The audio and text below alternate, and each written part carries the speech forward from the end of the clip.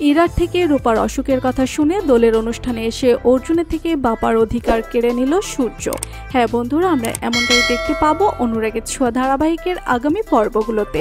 7 দিন পর রূপাকে হসপিটাল থেকে ছেড়ে দেওয়া হয়। রূপাকে নিয়ে সেনগুপ্ত বাড়ির সবাই সেনগুপ্ত বাড়িতে ফিরে যায়।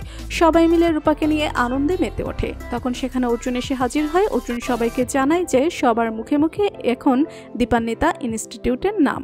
বড় বড় কোম্পানি এখন দীপান্বিতা ইনস্টিটিউটে ইনভেস্ট করতে চাইছে। লাভের মুখ দেখছে দীপান্বিতা ইনস্টিটিউট। তাই এবার তারা বড় করে সেলিব্রেট করবে রূপার সুস্থতা এবং তাদের ইনস্টিটিউটের সফলতা। আর দোলের দিনে অর্জুন সবকিছুর আয়োজন করে ফেলে। শুরু হয়ে যায় ন্যাড়া পোড়ানোর অনুষ্ঠান এবং লুকিয়ে সেখানে হাজির হয় সূর্য।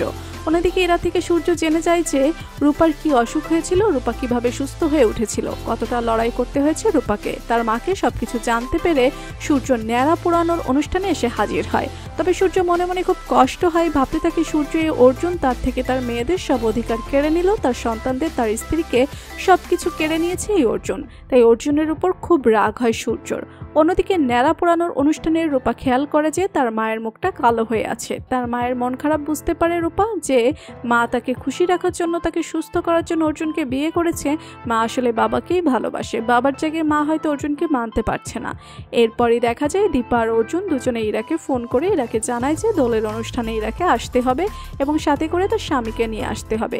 ইরার পাশেই থাকে সূর্য। তখন দীপা ইরাকে বলে, তোমার স্বামীর সাথে আমি একটু কথা বলতে পারি, তাকে ইনভাইট করব আমি। তবে সূর্য কথা বলে না। তবে সূর্য ইরাকে বলে দিতে বলে যে এই অনুষ্ঠানে সে যাবে। মনে মনে ভাবে সূর্য, এই অনুষ্ঠানে তো আমাকে যেতেই হবে, অনেক কিছু জানার আছে আমার তাদের কাছ থেকে। আমার মেয়েদের অধিকার, আমার দীপার অধিকার যে আমাকে ফিরিয়ে পেতেই হবে।